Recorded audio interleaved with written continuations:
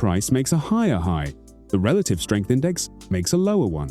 That disagreement is called divergence, and it is either the most useful reversal signal on your chart or the fastest way to lose money in a trend, depending entirely on 3 conditions. Most traders learn the pattern and skip the conditions. Then they short every divergence they see in a rising market, lose 8 times in a row, and conclude the whole idea is nonsense. The idea is not nonsense. It is just incomplete the way it gets taught. 3 conditions and 1 entry. And the third condition is the one that decides whether you make money with this. So stay with me, even if you already know the first 2. Start with what the pattern actually is. Precisely, because a lot of people are looking at the wrong thing. Bearish divergence is price making a higher high while the indicator makes a lower high. What that tells you is that the second push got to a better price with less force behind it. Buyers achieved more with less conviction, which usually means fewer of them are left. Bullish divergence is the mirror. Price makes a lower low, but the indicator makes a higher low. The second flush went further down while carrying less selling pressure. Sellers pushed harder for less result. And notice what you are comparing. 2 peaks, or 2 troughs, not 2 random points. You need a clear swing high, a genuine pullback between them, and then a second clear swing high. If you cannot point to both peaks and the dip between them, you do not have a divergence. You have 2 squiggly lines you are interpreting generously. Quick thing first, there's a free trading guide linked in the description. Grab it, it'll sharpen everything you're about to learn. Condition 1. The first peak has to be at a genuine extreme. This is the filter that removes most of the losing trades. A divergence where the first reading was up near 80 carries real information. That first push was exhaustive, and the second one being weaker means something. A divergence where the first reading was at 55 means almost nothing. Neither push was stretched, so a small difference between them is noise. So before you even look at the second peak, check where the first one was. Near an extreme, keep going. Mid-range, walk away. And be honest with yourself about that reading rather than rounding it in your favor. 78 is an extreme. 62 is not, however badly you want the trade to be there. Condition 2. Divergence is a warning, not a trigger. You need confirmation before you act. This is where the money is lost. The pattern appears, the trader shorts immediately, and price grinds higher for another hour because the trend was never actually finished. Divergence tells you the current push is tiring. It does not tell you it has stopped. So what counts as confirmation? Something in price has to break. The simplest version is the swing low between the 2 peaks. As long as price holds above that low, the uptrend is intact, and the divergence is just a note. When price closes below it, the structure that was carrying the move has actually failed, and now your divergence has teeth. Waiting for that break costs you some of the move. It also removes the entire category of trades where you were early and wrong, which is most of them. Condition 3, and this is the one that decides everything.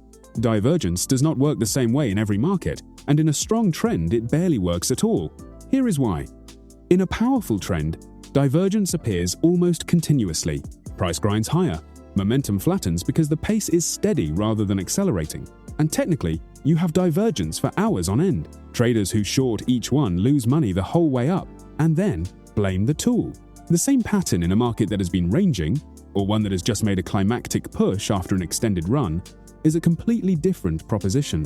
There, the trend was already stretched, and a weakening push is genuinely likely to be the end of it. So the honest rule is this: divergence is a reversal tool, and reversal tools need a market that is actually capable of reversing. Ask yourself whether this move looks tired and extended, or whether it looks like it just started. If it just started, the divergence is noise no matter how textbook it looks. Now let's build the trade. Your entry is the close of the candle that breaks the swing low between the 2 peaks. Not the divergence, not the second peak, the structural break. You are entering on evidence rather than prediction. Your stop goes above the second peak, the higher high. That is the price that proves you were wrong. Because if the market takes out the high it just made, the push you thought was exhausted plainly was not. Above the high, out small, no argument. Your target is the prior swing low below you. The last place price found support before this move, a level the market has already respected once, which makes it a reasonable place to expect a reaction. Look at the shape that gives you. Your stop sits just above a peak you already identified. Your target is a level well below. Because divergence forms at extremes, the distance to the target is usually much larger than the distance to your stop, which is what lets this be wrong plenty of times and still finish ahead. Let me test you. because knowing this and applying it under pressure are different things. Two setups. On the first, price made a higher high, the indicator dropped from 87 to 69, and price has since closed below the swing low between the peaks. On the second, price made a higher high. The indicator went from 60 to 56, and price is still holding above the swing low. Which one do you take? The first, and it is not close. The first reading was at an extreme. The drop in momentum was large and unmistakable, and price has confirmed by breaking structure. The second fails on all three counts. No extreme, a difference small enough to be noise, and no confirmation. Those two setups look like the same pattern on a chart, and they are not remotely the same trade. One more thing worth knowing, because it works in the other direction too. When divergence keeps appearing and price keeps refusing to break structure, that is information. It means the trend is absorbing every warning, which is the signature of a strong trend rather than a dying one. Traders who short repeatedly into that are fighting the clearest signal on the screen. There is also a second version of this pattern that almost nobody teaches, and it points the opposite way: hidden divergence. The regular version compares two highs in price against two highs in momentum. The hidden version flips which side comes out stronger. Price makes a higher low, a normal, healthy pullback that holds above the previous one, while the indicator makes a lower low, washing out further than it did on the dip before. Read that carefully, because it is not weakness. Price held up better while momentum got flushed harder. That is a pullback that shook people out without doing any structural damage, and it far more often precedes continuation than reversal. So the same disagreement between price and momentum means opposite things depending on which of the two made the better, high or low. If price is the stronger, that favors continuation. If momentum is the stronger, that favors a turn. One pattern, two completely different readings, and mixing them up is exactly why divergence feels unreliable to so many people. Divergence can also stack, which changes how much weight it carries. A single weaker push is a note. A second and a third push, each weaker than the last, with price barely making progress on any of them, is a trend genuinely running out of participants. The more pushes it takes to achieve less, the louder the pattern is talking. Practically, that means you do not need to catch the first divergence. The later ones in a sequence tend to be the higher quality trades because they arrive with more evidence stacked behind them.